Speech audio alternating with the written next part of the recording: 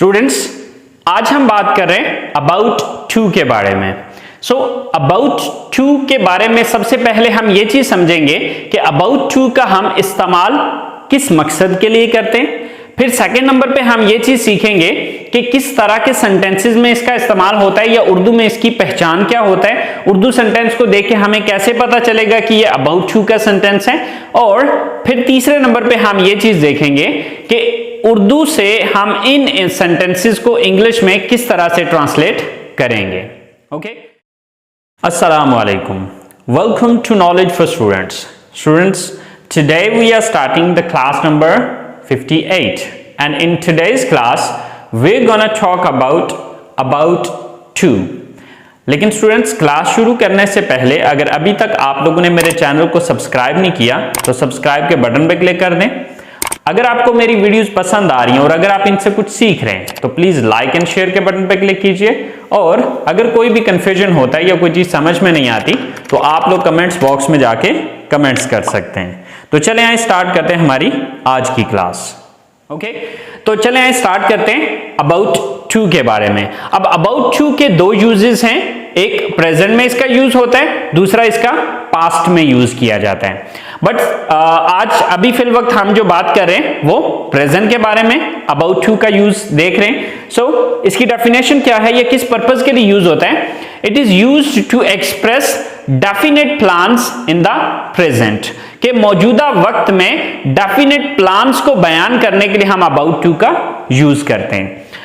अच्छा, अब इसकी पहचान क्या होती है कि उर्दू जुमलों के आखिर में वाला है, वाली है, वाले हैं या लगा है, लगी है और लगे हैं वगैरह आता है। मिसाल के तौर पे वो घर जाने वाला है या वो घर जाने लगा है, मैं सोने लगा हूं या मैं सोने वाला हूं, हम खाना खाने लगे हैं या हम खाना खाने वाले हैं।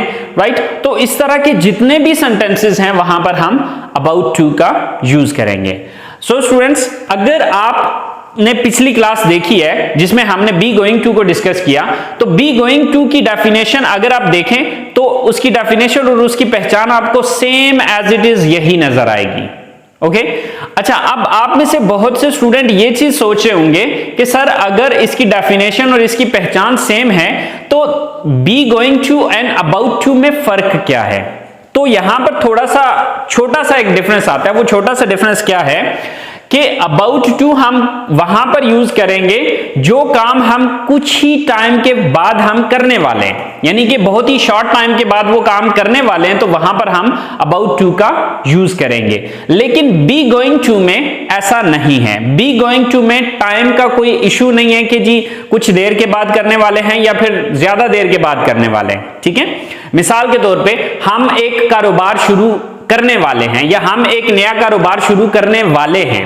अब वो जरूरी नहीं है कि आज ही शुरू करने वाले, वो हो सकता है हम एक महीने के बाद शुरू करने वाले हैं या करने लगे हैं। राइट, तो वहां पर फिर हम बी गोइंग टू का यूज करेंगे क्योंकि उसमें टाइम का इशू नहीं होता है। लेकिन अबाउट टू का आपने यूज सिर्फ वहां पर करना है जहां पर जो काम है, जिस टाइम के बारे में आप बात कर रहे हैं, कुछ ही लम्हों के बाद या कुछ ही टाइम के बाद वहां पर वो काम होने वाला है। ठीक है, मिसाल के तौर पे मैं कहता हूं कि मैं आपको अबाउट टू के जुमलों के बारे में बताने वाला हूं या बताने लगा हूं। तो अगर हम इस सेंटेंस को देखें तो कुछ ही लम्हों के बाद मैं इसके बारे में आपको गाइड करने वाला हूं या फिर ये सेंटेंस बना के देने वाला हूं। ओके, तो ये चीज आपने याद रखनी है कि अबाउट टू और बी गोइंग टू में सिर्फ फर्क इतना है कि अबाउट टू का यूज किया जाता है शॉर्ट टाइम के लिए, यानी कि जिसमें कोई काम कुछ ही देर के बाद या कुछ ही लम्हों के बाद काम होने वाला है। ठीक है, तो वहां पर हम अबाउट टू का यूज करेंगे और जहां पर टाइम का कोई इशू नहीं है, यानी कि ज्यादा देर भी हो सकती है, तो वहां पर आप बी गोइंग टू का यूज करेंगे। ओके, तो ये डिफरेंस आता है अबाउट टू और बी गोइंग टू में। ओके, अदरवाइज इसकी डेफिनेशन, इसकी पहचान जो है वो दोनों की, अगर आप इन दोनों को पिछली क्लास में और इस क्लास को आपस में कंपेयर करके देखेंगे तो आपको ये दोनों चीजें, ये दोनों लाइनें आपको सेम नजर आएंगी, इसमें आपको कोई डिफरेंस नजर नहीं आएगा। आई होप सो आपको about to and be going to का जो छोटा सा एक डिफरेंस है वो समझ में आ गया होगा। तो चले आए, आप देखते हैं कि हमने ये तो समझ लिया कि इसकी डेफिनेशन क्या है, इसके सेंटेंसेस के एंड पे क्या कुछ आता है, और अब हम ये देखते हैं कि हमने इन सेंटेंसेस को बनाना कैसे है। तो यहां पर अगर आप देखें पिछली क्लास के जो स्ट्रक्चर है उस स्ट्रक्चर को और आज की स्ट्रक्चर को अगर आप देखें तो आपको जो फर्क नजर आएगा सिर्फ अबाउट टू का डिफरेंस नजर आएगा और कोई फर्क नहीं है बी गोइंग टू और अबाउट टू की स्ट्रक्चर में। कि फर्क सिर्फ इतना है कि वहां पर पहले हम बी गोइंग टू का यूज यानी कि गोइंग टू का यूज कर रहे थे, अब यहां पर हम अबाउट टू का यूज कर रहे हैं। सो स्ट्रक्चर क्या है? First of all subject, then is am are plus about to plus first form of the verb and then object, right. For example, जहाज उड़ने वाला है या जहाज उड़ने लगा है, राइट। तो अगर हम इस सेंटेंस को देखें तो देखें कि ये काम कुछ ही देर में होने वाला है, ठीक है। ये काम यानी कि ये जहाज उड़ने वाला है, कुछ ही देर में उड़ने वाला है, कुछ ही लम्हों में उड़ने वाला है या उड़ने लगा है, राइट। तो इसके लिए अब हम बी गोइंग टू का यूज नहीं करेंगे बल्कि अबाउट टू का यहां पर यूज करेंगे। तो सबसे पहले सब्जेक्ट क्या है? यहां पर उड़ना किसने? जहाज ने। So the plane, so the plane. Is am are में से कोई एक चूज करना है, तो चूंकि ये सिंगल है तो इसके साथ इज आएगा। So the plane is, then about to, the plane is about to। Verb क्या यहां पर क्या करने वाला है? उड़ने वाला है, ठीक है। तो अब उड़ने के लिए हम टेक ऑफ का वर्ड यूज करेंगे। जहाज के उड़ने को हम क्या कहते हैं? टेक ऑफ, यानी कि उड़ान भरना या उड़ना। So the plane is about to take off, कि जहाज टेक ऑफ करने वाला है या जहाज उड़ने लगा है या उड़ने वाला है। इसी तरह से जो सेकंड नंबर पे हमारा सेंटेंस आ रहा है वो है कि हम उन्हें इस बारे में बताने वाले हैं या हम उन्हें इस बारे में बताने लगे हैं, यानी कि कुछ ही देर बाद हम ये काम करने वाले हैं, ठीक है। हम उन्हें इस बारे में बताने वाले हैं। सो सब्जेक्ट कौन है यहां पर? हम, वी। तो अब वी के साथ इज एम आर में से क्या आएगा? Are, we are. Then about to, we are about to. Then verb क्या यहां पर? बताना, टेल, वी आर टेल। अब बताना किसको है? उन्हें, them. We are about to tell them, किस बारे में? इस बारे में, about this. So we are about to tell them about this, कि हम उन्हें इस बारे में बताने लगे हैं या बताने वाले। सो थर्ड नंबर पे सेंटेंस हमारे पास आ रहा है कि आलिया सोने लगी है या आलिया सोने वाली है। सो सब्जेक्ट कौन है यहां पर? Alia. Then is am are में से क्या चीज आएगी? इज, क्योंकि आलिया सिंगल है तो इसके साथ इज आएगा, Alia is. Then about to, Alia is about to. अब क्या करने वाली है? सोने वाली है। वर्ब क्या यहां पर? सोना, sleep. So Alia is about to sleep, कि आलिया सोने वाली है या आलिया सोने लगी है। अब लास्ट सेंटेंस है हमारे पास कि बच्चा रोने वाला है या बच्चा रोने लगा है। सो द चाइल्ड, सब्जेक्ट क्या है यहां पर? द चाइल्ड या द बेबी। अब यहां पर बेबी यूज करें तब भी ठीक है, चाइल्ड यूज करें तब भी सही है। अच्छा, इस दा में आपने कंफ्यूज नहीं होना है, आप दा ना भी यूज करें तो चल जाएगा, ठीक है। बट यहां पर हम अगर किसी स्पेसिफिक बच्चे की बात करेंगे तो द चाइल्ड या द बेबी लगाएंगे, ओके। सो अब चूंकि बच्चा एक है तो इसके साथ इज एम आर में से इज आएगा। So the child is, then about to, then verb क्या यहां पर? रोना, cry. So the child is about to cry, कि बच्चा रोने लगा है या बच्चा रोने वाला है, ओके। सो स्टूडेंट्स, ये यूज है हमारा अबाउट टू का प्रेजेंट में, ये हैं इसके पॉजिटिव सेंटेंसेस। अब अगर आपने इसके नेगेटिव सेंटेंसेस बनाने हैं सो वो कोई डिफिकल्ट नहीं है, बिल्कुल वैसे ही जिस तरह कि हमने पिछली क्लास में बी गोइंग टू को देखा था कि बी गोइंग टू में हमने क्या देखा था कि इज एम आर के बाद हमने नेगेटिव बनाने के लिए नॉट लगाया था। तो यहां पर भी हम बिल्कुल सेम टू सेम वही चीज अप्लाई करने जा रहे हैं कि जब हम इसका नेगेटिव सेंटेंस बनाएंगे तो हम नेगेटिव बनाने के लिए क्या करेंगे, इज एम आर के बाद नॉट लगा देंगे। जब हम इज एम आर के बाद नॉट लगाएंगे तो ये हमारा नेगेटिव हो जाएगा। जैसे कि जहाज नहीं उड़ने वाला है या जहाज नहीं उड़ने वाला है या नहीं उड़ने लगा है, राइट। तो आपने क्या करना है, the plane is not about to take off. हम उन्हें इस बारे में नहीं बताने वाले हैं या नहीं बताने लगे। So we are not about to tell them about this, right. Third sentence है कि आलिया नहीं सोने वाली है या आलिया नहीं सोने लगी है, right. So Alia is not about to sleep. बच्चा नहीं रोने लगा है या नहीं रोने वाला है। So the child is not about to cry. The child is not about to cry. So students, आपने देखा कि कितना आसानी के साथ आपने जस्ट इज एम आर के बाद नॉट लगा के आपने इन सेंटेंसेस को नेगेटिव में कन्वर्ट कर लिया। और जब आप इनका इंट्रोगेटिव बनाना चाहते हैं तो आपने देखा कि किस लफ्ज के बाद हमने नॉट लगाया, बस उस लफ्ज को उठा के सेंटेंस के शुरू में ले आए। जैसे कि हमने देखा कि इज एम आर के बाद हम नॉट लगा रहे हैं तो इस इज एम आर को यहां पर ले आना है और नॉट को खत्म कर देना है, तो ये हमारे इंट्रोगेटिव सेंटेंसेस बन जाएंगे या हमारे सवालिया जुमले बन जाएंगे, ठीक है। अच्छा, यहां पर ये मैं डिटेल से इसलिए नहीं कर रहा क्योंकि पिछली क्लासेस में हम बहुत डिटेल के साथ ये चीजें कर चुके हैं, ठीक है। तो सिर्फ इस स्ट्रक्चर को समझ लें। अगर आप इस स्ट्रक्चर को समझ जाते हैं तो बहुत आसानी के साथ आप ये जुमले जो है वो हजारों के हिसाब से बना सकते हैं अगर आपके पास वोकैबुलरी मौजूद हो तो, ओके। अच्छा, अब यहां पर फर्ज करें क्या जहाज उड़ने वाला है या क्या जहाज उड़ने लगा है। अगर आपने ये किसी से पूछना हो तो आपने क्या करना है, इस इज को उठा के यहां पर ले आना है। तो क्या सेंटेंस बनेगा, is the plane about to take off, यानी कि ये नॉट खत्म हो जाएगा तो इसका मतलब क्या हो जाएगा, एंड पे क्वेश्चन मार्क दे देंगे आप, ठीक है। So is the plane about to take off, कि क्या जहाज उड़ने वाला है या उड़ने लगा है।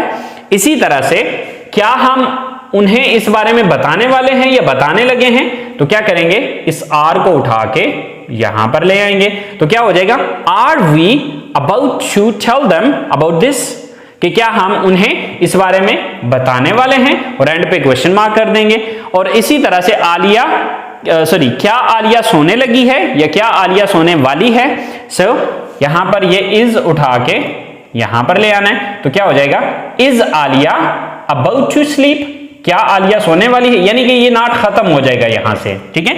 हाँ, अलबत्ता अगर ये नेगेटिव इंट्रोगेटिव है तो फिर जो है वो नॉट को बेशक इधर ही रहने दे। मिसाल के तौर पे कि क्या आलिया नहीं सोने वाली है, अब इसमें सवाल भी है और इसमें नहीं भी आ रहा है, तो अब इस सूरत में नॉट बेशक यहां पर है, फिर कोई प्रॉब्लम नहीं है, ठीक है, फिर ये सही है।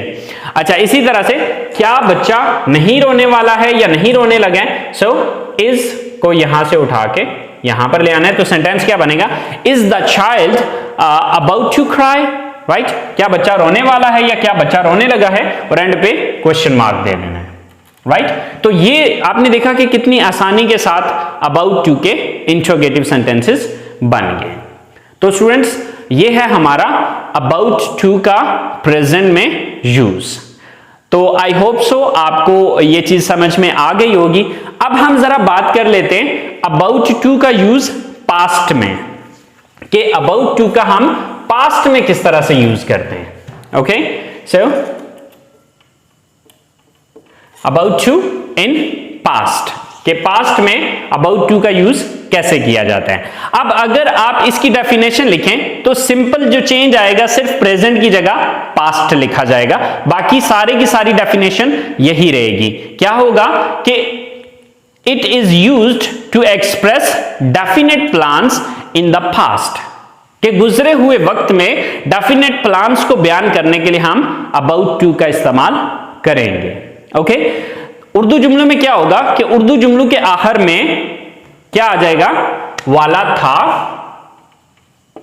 वाली थी, वाले थे, या लगा था, लगी थी और लगे थे वगैरह आ जाएगा। यानी कि जहां पर है आ रहा है वहां पर था कर दिया, जहां पर वाली है आ रहा है वहां पर वाली थी कर दिया, जहां पर वाले हैं आ रहे हैं वहां पर वाले थे कर दिया, और जहां पर लगा था यानी कि लगा है वहां पर लगा था, तो यानी कि था थी थे का चेंज आया है और कोई लंबी चौड़ी कहानी नहीं है। यानी कि मैं ये काम करने लगा था या मैं ये काम करने वाला था। इसी तरह से हम कहते हैं कि जहाज उड़ने वाला था या जहाज उड़ने लगा था, हम उन्हें इस बारे में बताने लगे थे या बताने वाले थे। आलिया सोने वाली थी या आलिया सोने लगी थी, या बच्चा रोने वाला था या बच्चा रोने लगा था। तो यानी कि ये जो सारे सेंटेंसेस है ये क्या हो गया, हमारे पास्ट के बन गए।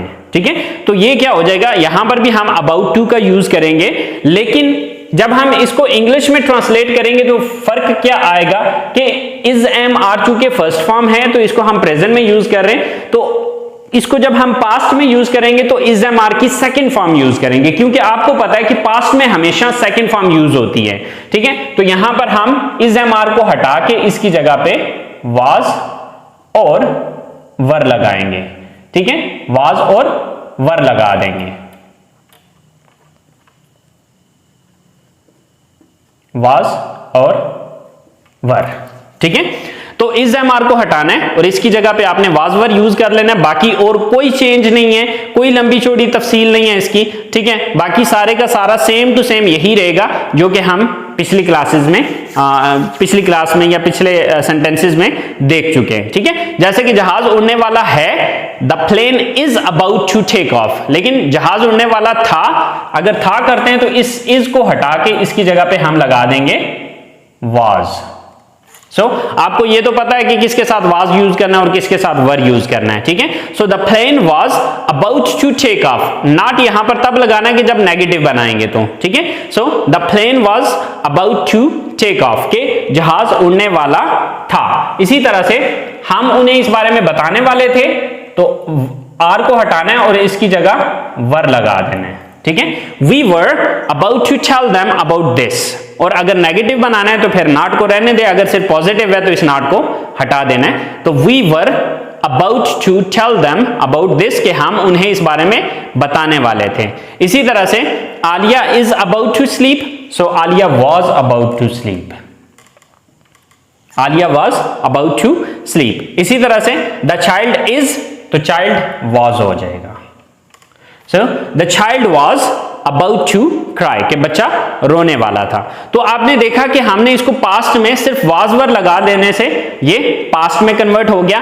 अब इसको नेगेटिव बनाना है तो बिल्कुल वैसे ही जिस तरह हमने इज एम आर के बाद नॉट लगाया था, यहां पर वाज वर के बाद नॉट लगा देंगे, यानी कि ये ऑलरेडी नेगेटिव में बने हुए हैं, समझ लें। The plane was not about to take off, कि जहाज नहीं उड़ने वाला था। We were not about to tell them about this, हम उन्हें इस बारे में नहीं बताने वाले थे। Alia was not about to sleep, आलिया नहीं सोने वाली थी। And the child was not about to cry, बच्चा नहीं रोने वाला था। तो देखें कोई इसमें इस तरह की कोई चीज नहीं है कि जो कंफ्यूज करने वाली हो। ठीक है, तो इसलिए मैंने अलग से सेंटेंसेस नहीं बनाए, जस्ट जो वर्ड चेंज होता है सिर्फ वो वर्ड चेंज करके आपको समझा दिया। अच्छा, अब आपने इंट्रोगेटिव बनाने तो उसी तरह से यहां से वाज शुरू में आ जाएगा, यहां पर वर शुरू में आ जाएगा, यहां पर भी वाज शुरू में आ जाएगा और यहां पर भी वाज शुरू में आ जाएगा। तो ये हमारे अबाउट टू के इंट्रोगेटिव सेंटेंसेस बन जाएंगे। आई होप सो आपको ये बात समझ आ चुकी होगी। फिर भी अगर कोई चीज नहीं समझ आई है या कोई चीज आपको कंफ्यूज कर रही है तो प्लीज आप लोग कमेंट्स बॉक्स में जाके जरूर बताइएगा। मैं इंशाल्लाह आपका जो भी कंफ्यूजन हुआ क्लियर करूंगा। और अगर आप कहते हैं कि जी पास्ट को सेपरेट सेंटेंसेस बना के समझाया जाए तो वो भी आप मुझे इन्फॉर्म कीजिएगा कमेंट्स में। मैं इंशाल्लाह अगर आप वैसा चाहते हैं तो मैं वैसा भी कर दूंगा। तो नेक्स्ट क्लास तक के लिए मुझे इजाजत दीजिए, दुआओं में याद रखिएगा। अल्लाह हाफिज।